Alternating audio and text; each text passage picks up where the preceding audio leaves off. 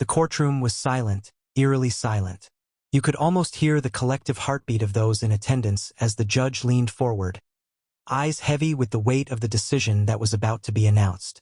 The world had been watching, waiting, speculating, and now, finally, the words everyone feared but expected rang out.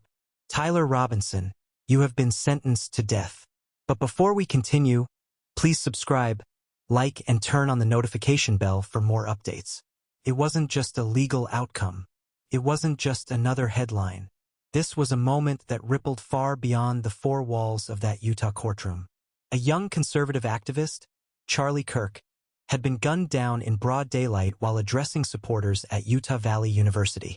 The man accused, a 22-year-old named Tyler Robinson, was no longer just a suspect. He was now a condemned man. And yet, what shocked many wasn't just the sentence itself, but why the court chose to issue it. What was the reasoning behind such a final and irreversible punishment? What did investigators uncover that sealed Robinson's fate? And what does this case reveal about the dark intersections of politics, violence, and justice in America today? Let's back up for a moment, because to understand how we got to this chilling conclusion, we need to revisit that day in Orem, Utah.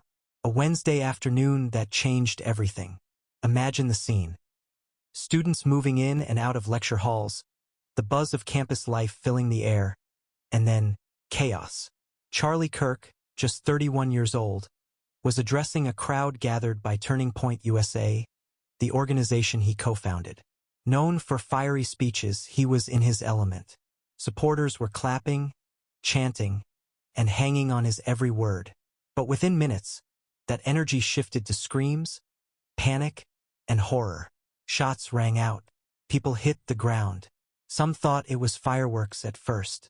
Others instinctively ducked and covered. In seconds, the young activist was mortally wounded, his voice silenced forever. What makes this even more chilling? The shooter had apparently planned every detail with precision. Reports suggest Robinson had not only scoped out the location but also prepared tools, including a rifle wrapped in a towel and a screwdriver left on a rooftop near the scene. Both carried traces of his DNA. Both became crucial in linking him to the crime. The arrest that shook Utah. Robinson was arrested within 33 hours of the shooting. Authorities moved fast, piecing together surveillance footage, witness testimony, and forensic evidence. When they brought him in, there was no dramatic outburst, no attempt to proclaim innocence. He was quiet, almost detached. But when asked direct questions, investigators reported he refused to cooperate. Not cooperating became the phrase that stuck. For a case so public and so politically charged, his silence became almost as loud as the gunfire that had ended Kirk's life. And then came the twist. Under Utah law, aggravated murder carries the possibility of the death penalty. Suddenly, this wasn't just another trial. This wasn't just another tragic shooting. This was about to become one of the most closely watched cases in the nation. Why the death sentence? So why death? Why now, in a system where life imprisonment is often the fallback? Court documents reveal that prosecutors leaned heavily on two key factors. 1. Premeditation and planning. The use of tools, DNA found on critical objects, and the calculated way the attack was executed painted a picture of someone who didn't just lash out in the heat of the moment but carefully prepared. 2. Public endangerment. This wasn't a private act of violence. It was an attack on a public figure, carried out at a crowded event, risking dozens of lives beyond the intended target. FBI Director Kash Patel underscored the severity when he appeared on Fox and Friends, confirming DNA matches that tied Robinson directly to the crime scene. For the jury and ultimately the judge, this left little room for doubt. The courtroom reaction was mixed. Some gasped, others nodded in agreement. Supporters of Kirk wept, while Robinson's family sat in stunned silence, processing the reality that their son would now face execution. A divided nation watches. Here's where the story gets even more layered. Charlie Kirk wasn't just any public figure. He was a polarizing one. To his supporters, he was a rising star, a fighter for conservative values, and a voice that stood up against what he saw as cultural decline. To his critics, he was controversial, divisive, and combative. So when the death sentence was handed down, America split into two conversations. One applauding justice served, the other questioning whether such a sentence was driven by facts or by politics. Was this purely about the crime, or was the state also making a statement about violence against political leaders? Think about it. In a country already boiling with political tension, could this case pour gasoline on an already raging fire? A hook for what's next. And that's where we are now, caught between the shock of the crime and the questions about its aftermath. But here's the real cliffhanger. What actually happened on that fateful Wednesday afternoon? How did a routine campus event descend into tragedy so quickly? To understand the depth of this case, and why it rattled not just Utah, but the entire country, we need to go back to the very beginning. To the day Charlie Kirk was shot. To the chaos that unfolded in real time. To the witnesses who can still hear the echo of those shots in their minds. Because it's one thing to read about a death sentence. It's another to relive the day that made it possible. The day of the shooting at Utah Valley University. It was supposed to be a normal Wednesday. A campus buzzing with students, professors shuffling papers, clubs handing out flyers, and the faint smell of coffee drifting out of the student union. Nothing unusual, nothing remarkable. But by nightfall, Utah Valley University in Orem would be etched into the national consciousness for all the wrong reasons. Charlie Kirk was no stranger to controversy, but on that day, he wasn't in the middle of a TV debate or a fiery podcast. He was simply doing what he had done hundreds of times before, speaking to a crowd. The event, hosted by Turning Point USA, the conservative organization he co-founded, was meant to energize students, rally supporters, and spark discussion about free speech, culture, and politics. Instead, it ended in bloodshed. The atmosphere before the chaos. The gathering started with excitement. Supporters filled the open-air plaza, waving small American flags, snapping photos, and eagerly awaiting Kirk's speech. Security was present, but it wasn't overwhelming. After all, this wasn't Washington, D.C. or New York. It was Utah. Calm, conservative Utah. The kind of place where people assumed the biggest disruption might be a protester with a megaphone, not a gunman lurking nearby. Students leaned against benches, some sitting cross-legged on the grass, others standing shoulder to shoulder in anticipation.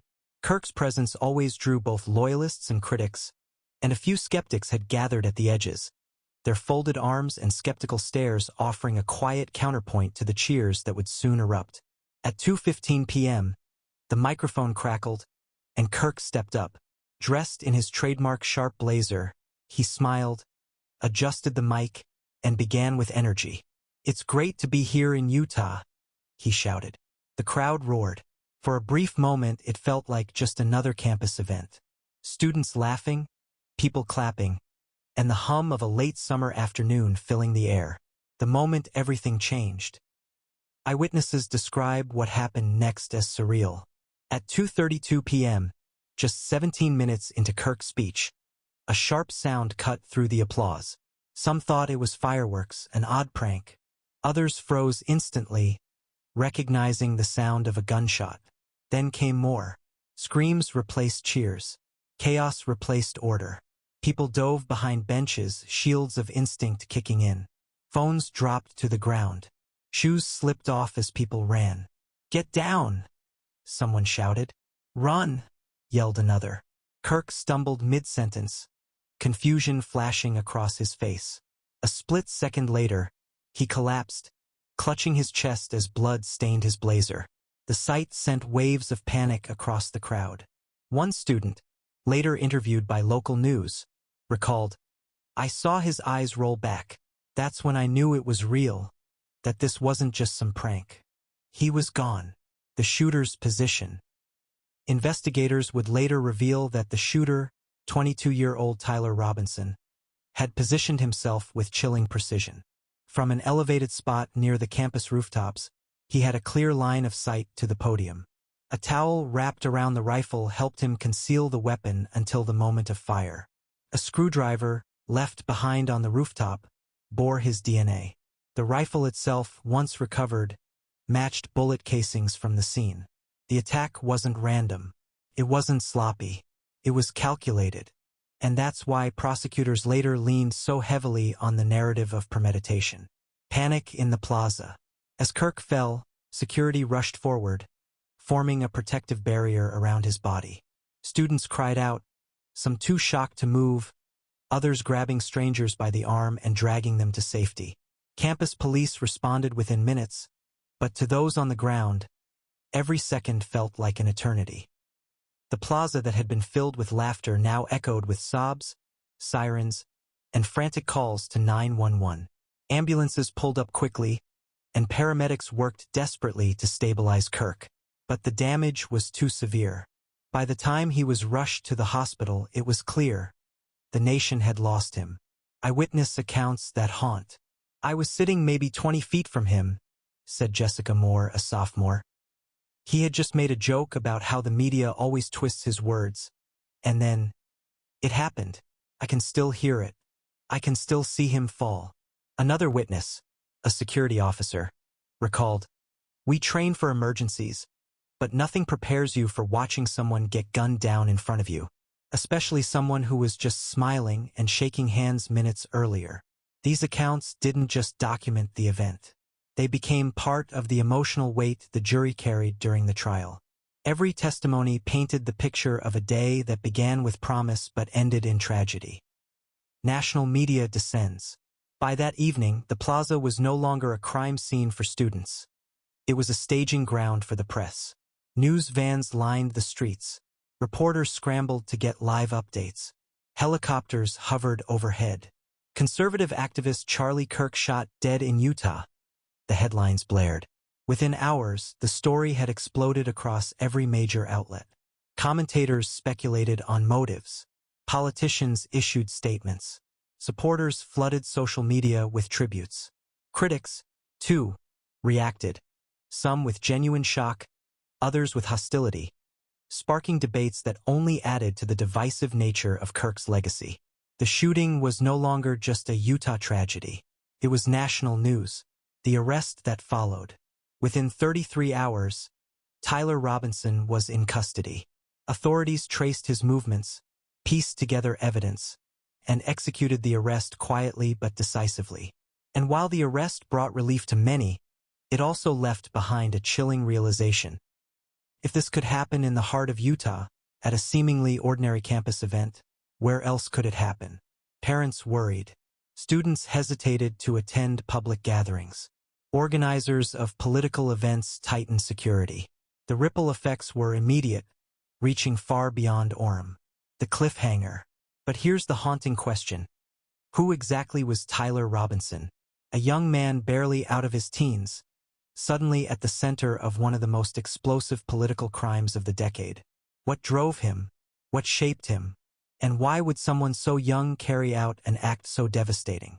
To answer that, we need to look closely at the accused. His background, his story, his silence. Because while the day of the shooting left America in shock, the man behind the trigger left us all asking,